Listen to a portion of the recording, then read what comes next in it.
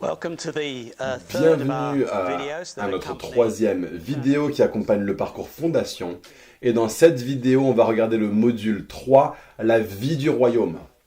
J'aimerais commencer en réfléchissant au royaume de Dieu, qui est un sujet très important quand on commence à lire le Nouveau Testament. Laissez-moi vous lire certains versets de Colossiens 1, des versets 13 à 14. Il nous a délivrés de la puissance des ténèbres et nous a transportés dans le royaume de son Fils bien-aimé, en qui nous sommes rachetés, pardonnés de nos péchés. Il nous a délivrés du royaume des ténèbres, il nous a conduits dans le royaume du Fils qu'il aime, de son Fils bien-aimé Jésus. On a été retirés du royaume des ténèbres dans un royaume d'amour. Il y a deux royaumes spirituels dans ce monde dans lequel nous vivons. Et nous commençons tous dans le premier. Et lorsque nous devenons chrétiens, nous sommes délivrés hors de ce qu'on appelle le royaume des ténèbres et nous sommes transférés dans le royaume de Dieu ou le royaume du Fils de Dieu qu'il aime. Voilà comment c'est décrit dans ce passage. C'est un changement radical. C'est un acte de secourisme incroyable et ça nous aide à comprendre ce qui nous est arrivé en tant que chrétiens. Ça nous aide à être très pratique dans notre vie chrétienne. Cet acte de secourisme radical est mentionné dans Jean chapitre 3. Il dit, lorsque vous êtes nés de nouveau, voilà comment nous voyons le royaume de Dieu. C'est là que nous entrons dans le royaume de Dieu. Jésus a décrit son message comme étant un message concernant la venue du royaume de Dieu. Et alors que nous commençons à lire notre Nouveau Testament, nous trouvons que ce thème revient souvent, le royaume de Dieu. Et donc, à la toute fin du livre des Actes, le dernier verset du livre des Actes, qui un petit peu le rideau qui tombe sur le premier acte de l'histoire de l'Église, les 30 premières années qu'on a vu dans le livre des Actes. Le tout dernier verset, verset 31 de Acte 28, dit ceci, concernant Paul. Paul prêchait le royaume de Dieu et enseignait ce qui concerne le Seigneur Jésus avec une pleine assurance et sans obstacle. Donc alors que le rideau tombe sur ce premier acte de l'histoire de l'Église, voici Paul en train d'enseigner les gens sur le royaume de Dieu et il prêche sur Jésus-Christ. Les deux choses sont intimement liées. Mais les chrétiens n'ont pas toujours mis l'accent sur cette chose du royaume comme ils auraient dû le faire, mais je crois que dans les années récentes, Dieu nous a remué là-dessus et on y réfléchit beaucoup plus. Donc, qu'est-ce que ça veut dire? Qu'est-ce que c'est que le royaume de Dieu? Alors, un royaume, c'est un règne ou un gouvernement. Et si nous sommes dans un royaume, ça affecte notre vie tout entière. Je vis dans le Royaume-Uni, la Grande-Bretagne. Et ça affecte tout. Ça affecte l'argent que j'utilise, la langue que je parle, comme voiture je conduis, du quel côté de la rue je conduis. Ça affecte les taxes que je paye, les écoles auxquelles mes enfants vont, le système de sécurité sociale duquel je bénéficie, et encore et encore et encore. Et lorsque nous vivons dans un royaume, ça affecte chaque aspect de votre vie, tout. Ça affecte comment nous parlons, comment est-ce que ce qu'on fait de notre argent, notre santé, notre vie quotidienne. Ça, c'est une leçon pour nous qu'on peut transférer vers ça. Nous étions autrefois dans le royaume des ténèbres. Et beaucoup de ce qui nous arrivait était affecté par ce que la Bible appelait le Dieu de ce monde, le prince de la puissance de l'air. Beaucoup de choses mauvaises que les humains font, mais nous étions dans ce royaume des ténèbres. Nous avons été délivrés de ça. Et nous avons été transférés dans le royaume de l'amour et de la lumière. Mais ça veut dire que tout a changé. Le langage qu'on utilise, comment on se comporte, ce qu'on fait avec notre argent. Beaucoup de choses sont très différentes maintenant. Donc on doit penser à ça. Le royaume de Dieu a des choses très très bonnes, des aspects magnifiques. Romains 14, verset 17. Paul dit que le royaume de Dieu ne concerne pas les règles, ce que tu peux manger, ce que tu peux boire. Le royaume de Dieu concerne la justice, la paix et la joie dans le Saint-Esprit. C'est un super résumé, bien sûr c'est pas tout, mais c'est un bon résumé que dans ce royaume, voici les choses qui devraient être en train de percer. Voici la culture de ce royaume, voici la culture de ce royaume, la justice, la paix et la joie dans le Saint-Esprit. C'est plus une culture de loi, tu peux manger ceci, pas cela et toutes les autres choses, juste qui sont touchées dans ce résumé. C'est un royaume de liberté et de joie et de paix et de justice. Donc réfléchissons à comment ça nous affecte. Parce que ça nous affecte de bien des manières. Et d'abord, j'aimerais qu'on réfléchisse à comment est-ce que ça nous affecte personnellement, ce qu'on peut appeler notre vie personnelle, individuelle, et comment nous vivons dans le monde, généralement parlant, alors qu'on vit notre vie quotidienne, qu'on va au travail, ce qu'on fait dans la vie quotidienne. Souvenez-vous, vous étiez dans le royaume des ténèbres, et maintenant vous avez été transféré dans le royaume de Dieu, le royaume de lumière et d'amour. Et alors que nous vivons comme citoyens de ce royaume, c'est en train d'affecter comment vous réfléchissez, comment vous parlez, ce que vous faites, comment vous vous comportez, comment vous réagissez. Et donc ça va être pertinent pour penser à ma vie personnelle et ma vie dans ce monde. Lorsqu'on traverse le livre d'Éphésiens, on trouve un nombre de choses pratiques sur la vie de royaume. Et des choses desquelles on se réfère comme la vie dans l'esprit ou la vie remplie de l'esprit. Je pense que ces termes, on peut les utiliser de façon interchangeable pour ce qui concerne aujourd'hui. Donc la vie dans le royaume ou la vie remplie de l'esprit parle en fait de la même réalité. Mais lorsque nous sommes des citoyens du royaume de Dieu, lorsque nous marchons dans l'esprit, lorsque nous vivons dans l'harmonie avec la culture du royaume auquel maintenant nous appartenons, ça affecte comment nous parlons.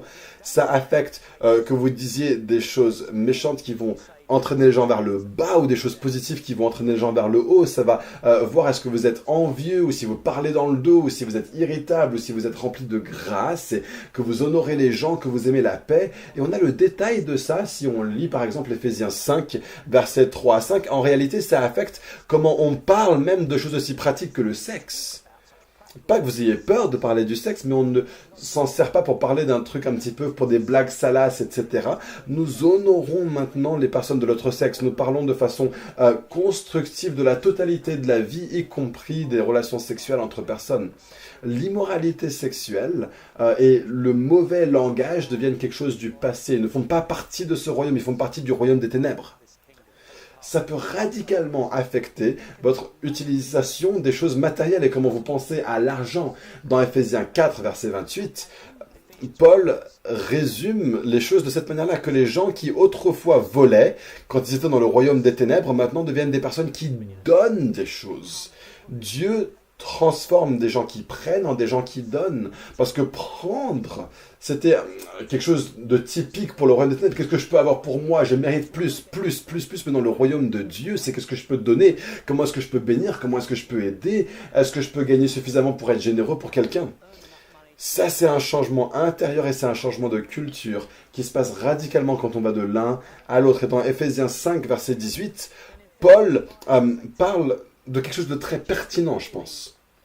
Il contraste l'ivresse, le fait de boire trop d'alcool, avec le fait d'être rempli du Saint-Esprit. Et d'une façon, c'est un contraste intéressant dans cette culture du royaume. Dans le domaine des ténèbres duquel nous sommes tous sortis, c'est très normal de se dire que l'ivresse, c'est une bonne chose, que vous soyez quelqu'un de haut placé ou pas. La façon de faire la fête, c'est de se saouler, ou quand ton équipe gagne au match, ou quand tu vas à une fête, tu te saoules.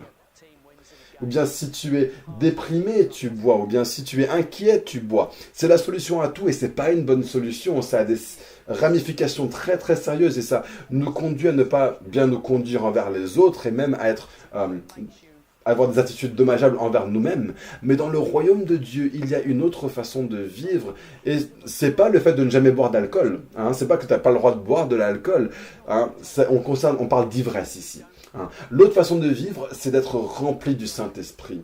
Et d'une façon ou d'une autre, ça remplit les besoins que vous aviez, que le royaume des ténèbres ne peut remplir qu'avec l'ivresse. Lorsque tu te sens déprimé ou mauvais ou inquiet, il faut que tu sois rempli du Saint-Esprit. Le Saint-Esprit va élever ton esprit, va faire lever tes yeux, va changer tes sentiments par rapport aux choses, va donner une perspective différente.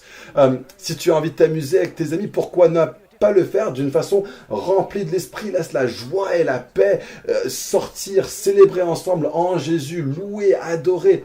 C'est pas juste des choses anciennes du passé poussiéreux, c'est supposé faire partie de la joie d'être un chrétien. Et parfois, il y a presque un parallèle entre être ivre d'alcool et ivre de l'esprit. Il y a une sorte d'abandon. Si tu as des inhibitions, tu n'as pas besoin de te saouler pour les surmonter. Tu as besoin d'être rempli de l'esprit pour surmonter tes inhibitions. Si tu veux être courageux, parler de quelque chose à quelqu'un, tu te dis ça va être dur d'aborder le sujet, bah ne Prends pas juste un petit canon de rouge, sois rempli de l'esprit, ça donnera du courage. Voici une des façons dont les deux royaumes sont contrastés. C'est un exemple parmi d'autres.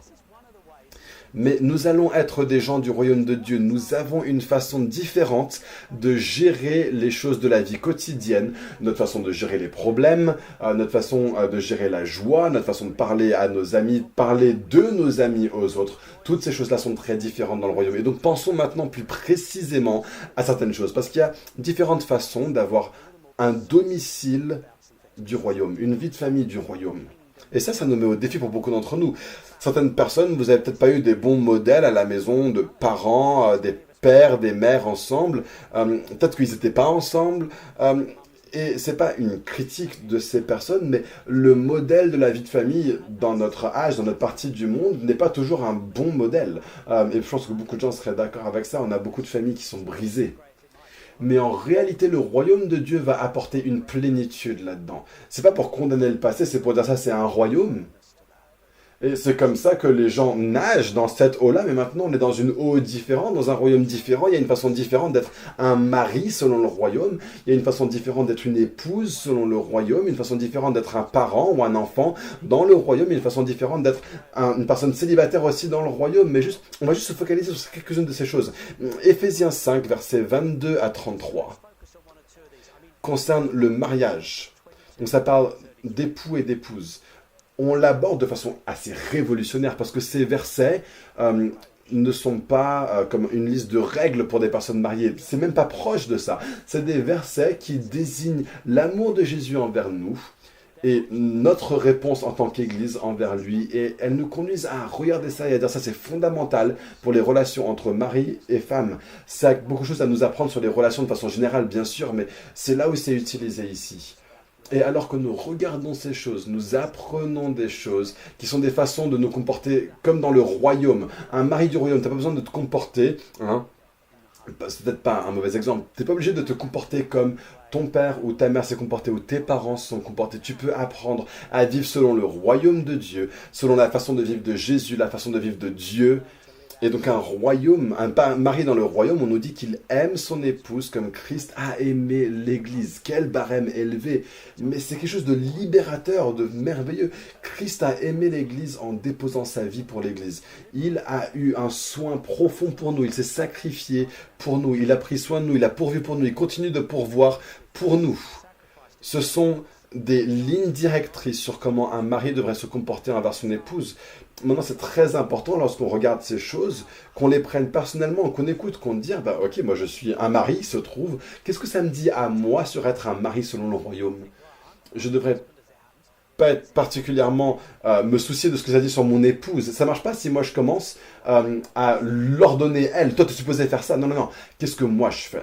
Si elle entend la parole de la même manière, on va avoir un mariage du royaume et un domicile du royaume. Donc, un mari dans le royaume se comporte envers son épouse comme Christ se comporte envers l'Église. Et l'épouse répond à son mari comme nous répondons à Jésus. Donc, elle répond envers son amour, elle le respecte, elle veut l'honorer, elle veut le promouvoir, si je peux dire ça de façon bonne et pas de façon mauvaise. Elle veut lui faire plaisir.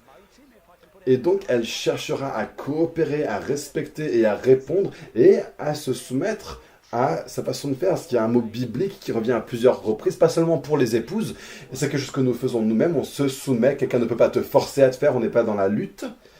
C'est un choix que tu fais. Je veux t'aider et je veux te servir et te promouvoir. Et si on peut bien réussir cet équilibre dans nos relations de façon générale, nous allons avoir beaucoup de succès dans le fait de bâtir des domiciles pour le royaume.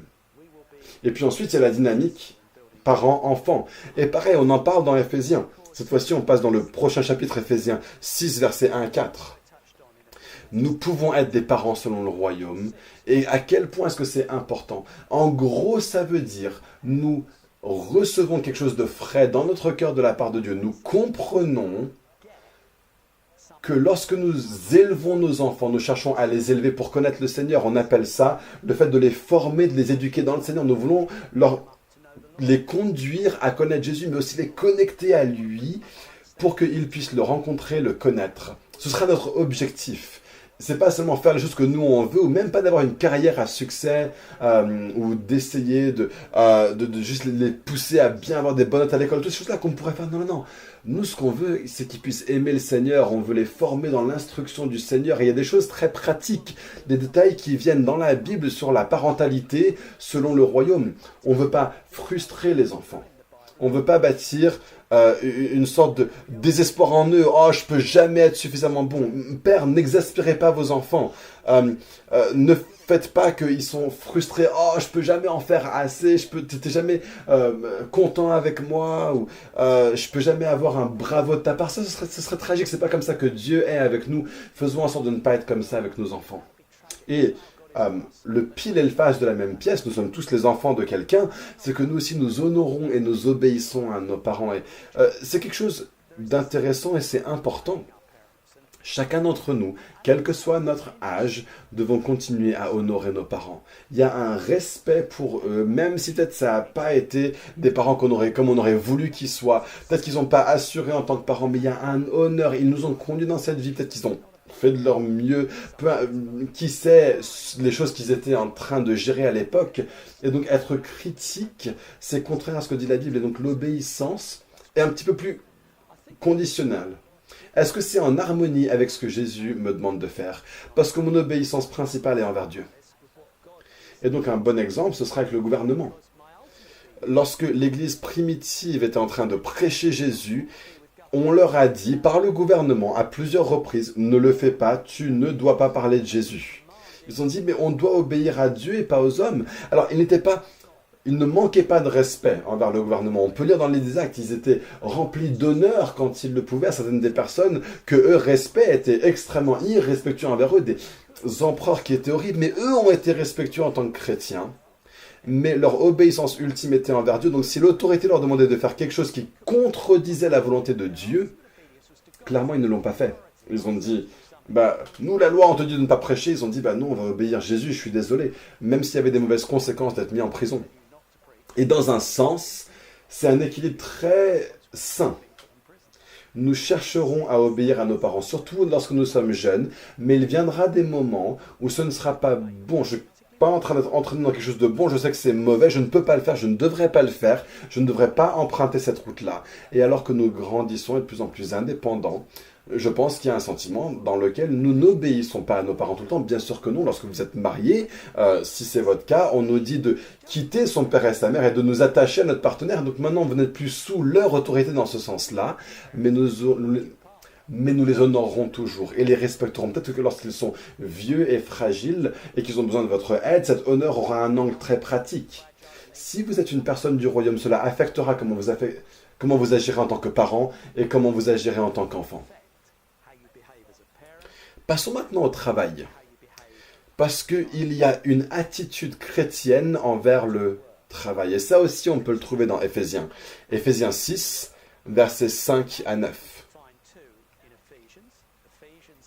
Alors, c'est une question intéressante. Beaucoup d'entre nous, peut-être qui écoutent cette vidéo, se trouvent dans des sociétés libres, des cultures libres, où nous pouvons choisir le travail que nous faisons, nous pouvons changer de travail. Peut-être que ce ne sera pas vrai pour chacun d'entre nous, mais pour beaucoup d'entre nous, ce sera le cas, on aura cette attitude. Beaucoup des gens qui écoutaient ça pour la première fois lorsque cette lettre a été écrite aux Éphésiens, ils étaient esclaves. Ils n'avaient aucun choix, ils n'avaient aucune retraite, ils n'avaient pas de salaire, et c'était pas génial. Parfois, votre boss, votre maître, pouvait vraiment ne pas du tout être bon envers vous. Et donc, nous devons nous souvenir, si la Bible nous enseigne comment une personne selon le royaume se comporte en tant qu'esclave, et on l'interpréterait comme un employé aujourd'hui, peu importe ce que nous avons à gérer, c'est rien par rapport à ce que ce premier auditoire devait expérimenter. Et puis il y a des paroles envers les maîtres, les patrons, les employeurs, des gens qui travaillent pour eux. Et à nouveau, c'était probablement, dans cette société, peut-être une culture, on pourrait appeler un peu plus primitive, c'était assez dur pour certaines personnes, mais on peut l'interpréter dans notre monde. Donc ce qu'on apprend de ces choses, c'est que d'une part, il y a une malédiction dans le travail, je pense qu'on la connaît tous. ça a été détruit par le péché. Le royaume des ténèbres a fait beaucoup de choses contre le travail, mais fondamentalement, le travail n'est pas une mauvaise chose. Dieu a travaillé dans la création. Adam travaillait avant la chute. Donc l'idéal n'est pas d'avoir genre une vie de paresse et puis on nous donne plein d'argent, on gagne au loto. Ce n'est pas un modèle selon la Bible. Le modèle, c'est que tu travailles, qui est satisfaisant, dans lequel tu t'épanouis et tu gagnes de l'argent, tu gagnes ton propre salaire. C'est un principe biblique. Le travail n'est pas entièrement une malédiction. Oui, la malédiction a teinté le travail. Dans les cas de l'esclavage, bien sûr, c'est une teinture horrible. Mais le principe du travail n'est pas une mauvaise chose, c'est un principe du royaume. Et en fait, moi je dirais, si tu as le malheur d'être au chômage, de ne pas avoir de travail, ce qui arrive à beaucoup d'entre nous, je pense que tu peux venir et tu peux prier à Dieu, Seigneur, ouvre un travail pour moi, parce que je crois que tu m'as créé pour travailler. Et si tu n'as pas encore de travail, je pense que tu peux venir avec la foi et dire « Seigneur, je cherche un travail, je veux travailler, je veux gagner ma vie, je veux pouvoir pourvoir pour moi-même et ensuite pour une famille un jour. » Je pense que là, vous êtes aligné avec la volonté de Dieu lorsque vous priez de cette façon-là. Il y a une clarté dans les Écritures que Dieu est allé au-devant de vous là-dedans. Ça ne veut pas dire que ce sera facile et je ne suggère pas que vous devriez vous sentir condamné si vous êtes au chômage. Ce que je cherche plutôt à faire, c'est de vous encourager dans la foi que Dieu est pour le travail, qu'il sera pour vous dans votre recherche du bon travail. Et si vous avez le malheur de ne pas avoir de travail actuellement, continuez à vous garder occupé, à être bénévole, servir les autres, etc. Parce que y a quelque chose de sain là-dedans et ça vous aidera à être prêt lorsque la porte s'ouvre pour un travail pour vous-même. Lorsque nous sommes dans un contexte de travail, il y a certaines choses qu'on nous enseigne à faire ici qui sont très pertinentes. Une des choses, c'est que nous devrions tous penser à nos vies comme étant au service de Jésus. Nous sommes employés à plein temps pour le Seigneur. C'est pas seulement pour les gens qui, comme moi, ont été dans l'église, dans le travail à plein temps. Ça, c'est une mauvaise compréhension de cette idée. Tous, quelque travail que nous faisons, sommes à plein temps pour le Seigneur Jésus. Donc nous devons nous voir comme travaillant pour lui, et ça nous donnera beaucoup de perspectives différentes sur comment nous travaillons, comment nous pensons à notre travail. Une personne dans le royaume doit être le meilleur employé de toute la boîte. Une personne qui fait une bonne journée de travail, qui ne triche pas, qui ne ment pas, qui n'est pas en train de parler mal du boss derrière son dos, en train de mal parler de ses collègues. C'est quelqu'un à qui les gens peuvent faire confiance. Elle est peut-être un petit peu bizarre, parce qu'il croit à tous ces trucs chrétiens, mais tu peux lui faire confiance. Elle est fiable, elle va bien bosser. Tout ça, voilà comment un employé dans le royaume devrait être. Et puis un employeur dans le royaume, lui, doit pouvoir employer les gens conscients que je suis sous le Seigneur Jésus. Donc je traite les autres comme je veux que le roi Jésus me traite moi. Et ça vous aidera à ne pas exploiter les gens, ne pas être dur avec les gens, à être gracieux, parce que Jésus a été vraiment gracieux envers moi. Et donc, nous employons les gens dans un contexte de grâce et d'être juste envers les gens, d'être honnête avec les gens, de ne pas avoir de favoritisme. Voici des principes bibliques, vous pouvez les prendre dans les passages desquels j'ai parlé. Mais la clé dans toutes ces choses, c'est qu'une personne dans le royaume est un citoyen du royaume de Dieu, même lorsqu'il est au travail. Et notre identité première, si vous le voulez, c'est que je travaille en tant que citoyen du royaume de Jésus. C'est Jésus le roi de ma vie, et pas seulement en tant que citoyen de la France ou de Belgique, ou peu importe où je me trouve en termes de royaume politique. Je suis un employeur qui ne fait pas que travailler pour cette grande compagnie internationale ou cette agence gouvernementale, ou peu importe ce pourquoi on travaille. Je fais partie du royaume de Dieu. Et donc ces personnes qui sont sous moi, je vais traiter avec eux d'une façon qu'on le ferait dans mon royaume à moi. Et je vais les traiter comme Jésus me traiterait. Et si ça, on peut y arriver dans toutes les sphères desquelles j'ai parlé, nous serons, selon la Bible, des lumières qui brilleront dans un monde de ténèbres. Nous allons briller comme des étoiles lors d'une nuit sombre. Dans le royaume des ténèbres, nous allons faire une différence comme quelque chose de radicalement différent. Et en soi, ça, ce sera attrayant pour les gens. Et en soi, peut-être que ça va ouvrir des portes pour que eux aussi soient délivrés du royaume des ténèbres et être transférés dans le royaume de la lumière et de la vie et de l'amour de Dieu.